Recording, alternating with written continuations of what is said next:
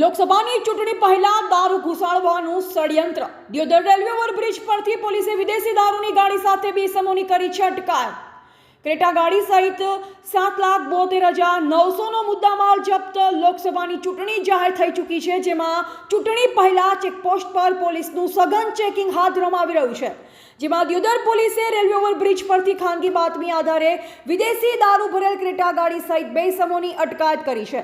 Deodar DYSP SR Mankar, PSI PV ઢોકડિયા સહિત police staff માણસો highway વિસ્તારમાં પેટ્રોલિંગમાં હતા. જે સમયે ખાનગી બાતમી મળતા પોલીસે રેલવે ઓવરબ્રિજ પર વોચ ગોઠવી ઊભા હતા.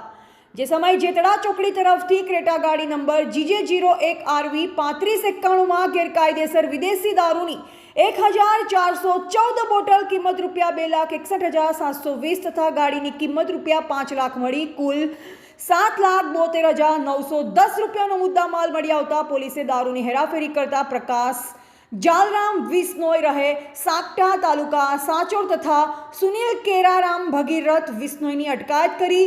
દારૂ ક્યાંથી લાવવામાં આવી રહ્યો હતો અને ગુજરાતમાં કઈ જગ્યા પર આપવાનો હતો તે દિશામાં તપાસ હાથ ધરી છે. જોકે બીજી તરફ દિયોદર પોલીસે વિદેશી દારૂની ગાડી ઝડપી લેતા બુટલેગરોમાં પણ ફફડાટ ફેલાયો છે.